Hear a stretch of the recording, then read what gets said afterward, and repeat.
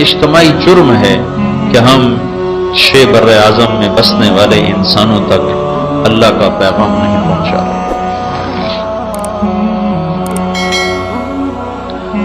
اور اس امت میں ہندوستان کے ایک بہت بڑے بزرگ ہیں مولانا کلیم صدیقی صاحب، وہ وہاں غیر مسلموں میں دعوت کا کام کر رہے ہیں اور لاکھوں کی تعداد میں لوگ اسلام میں داخل ہو چکے۔ پرسوں مجھے ملنے آئے ہوئے تھے تو ان کے ساتھ انہوں نے ایک آدمی کا تعارف کروایا کہ اس کا نام تھا بلبیر سنگھ۔ یہ بابری مسجد کو جنہوں نے گرایا تھا اس کی قیادت کرنے والا یہ شخص تھا، اور اب اس کا نام عامر ہے۔ تو بابری مسجد پر پہلی کدال چلانے والا وہ شخص تھا جو پرسوں وہاں بلڈنگ میں آیا ہوا تھا۔ اب اس کی ماشاءاللہ اتنی بڑی داڑھی تھی، اتنا بڑا اس کا محراب تھا، تو پہلی کدال اس نے چلائی۔ لیکن وہ اللہ کا نظام ایسا چلا کہ وہ اس دعوت کی محنت میں آیا لپیٹ میں، اور اللہ نے اس کو کلمہ نصیب فرما دیا۔ تو اس نے یہ منت مانی تھی کہ میں 100 مسجدیں جو ویران ہیں میں وہ آباد کرواؤں گا جو ہندوؤں کے قبضے میں ہیں، سکھوں کے قبضے میں ہیں۔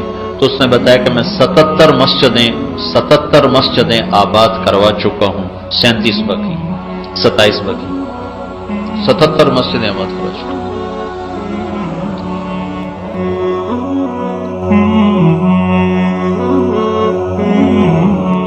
جو بھی غیر مسلم حضرات ہیں نا، غیر مسلم جو اسلام چاہتے ہیں، کئی دفعہ کوئی بہت سے آئے ہیں ایسے لوگ جو اسلام قبول کرنا چاہتے ہیں، ان کو بڑی مشکلات ہوتی ہیں۔ حضرت مولانا کلیم صدیقی صاحب جو مولانا ابو الحسن علی ندوی رحمہ اللہ تعالیٰ کے شاگردوں، اور شاید خلافت بھی ملی ہے ان سے، بہت بڑے بزرگ ہیں ہندوستان میں۔ ابھی ان سے میری فون پہ 2-3 دفعہ بات چیت بھی ہوئی ہے، اور میں تو بہت چھوٹا ہوں ان کے مقابلے میں، یعنی میں نے ان سے بات چیت کی ہے 2-4 مرتبہ، ان کے حالات ان سے بھی پوچھے۔ ان کے کچھ شاگرد بھی آئے تھے کل ملنے کے لیے۔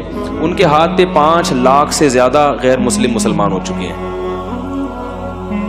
5 لاکھ سے روزانہ 13-14 لوگ کلمہ پڑھتے ہیں، صحیح ہے نا؟ بہت کام کر رہے ہیں، اور چھپے رستم جسے کہتے ہیں نا، کوئی میڈیا پہ کوریج نہیں ہے، کوئی ایسا کوئی خاص نہیں ہے، 20 سال سے وہ یہی کام کر رہے ہیں۔ تو کوئی غیر مسلم اگر مسلمان ہونا چاہتا ہے، اسے اس قسم کی کوئی سپورٹ چاہیے، تو اس کا بھی انہوں نے پورا ایک انتظام کیا ہوا ہے۔ تو ہمیں بتائے، ہم سے ملنے کے لیے آئے، ہم اس کا پہلے لیبارٹری ٹیسٹ کریں گے ہوا بھی ہے کہ نہیں ہوا، کیونکہ بہت سے لوگ چندے کے چکر میں بھی اسلام قبول کرنے آ جاتے ہیں۔ تو چندے بندے کا کوئی سیٹ اپ نہیں ہے، اسلام جو بھی قبول کرے گا اپنی ذمہ داری پہ، اسے قانونی تحفظ دینے کے لیے وہ ہم سے رابطہ، بولو بھائی کہ بھائی گھر سے مار پڑ رہی ہے تو کوئی لیگلی ہم اس کو ایڈوائز کر سکتے ہیں کہ قانونی طور پر آپ کے لیے یہ حق ہے جس سے آپ انشاءاللہ کیا ہو جائیں گے، بولو بھائی، محفوظ ہو جائیں گے۔ تو وہ رابطہ کر سکتے ہیں، چونکہ تو انڈیا میں بعض خواتین ہیں جنہوں نے اسلام، لڑکیوں نے، خواتین بھی نہیں، 9 عمر لڑکیوں نے، اور یہاں بھی ایسی ہیں، تو ان کو بڑے مسائل ہوتے ہیں کہ ہم اگر شو کر دیں گے تو ہماری ایسی کی تیسی ہو جائے گی۔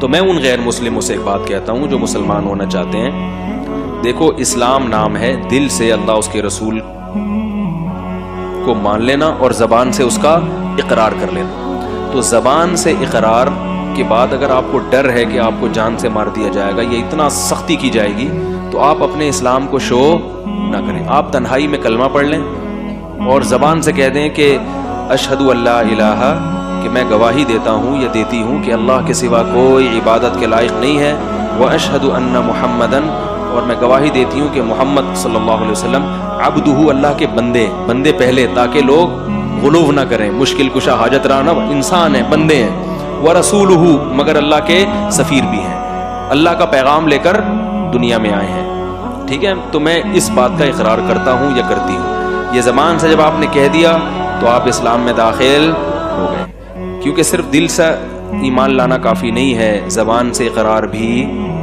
بولو بھائی، ضرور۔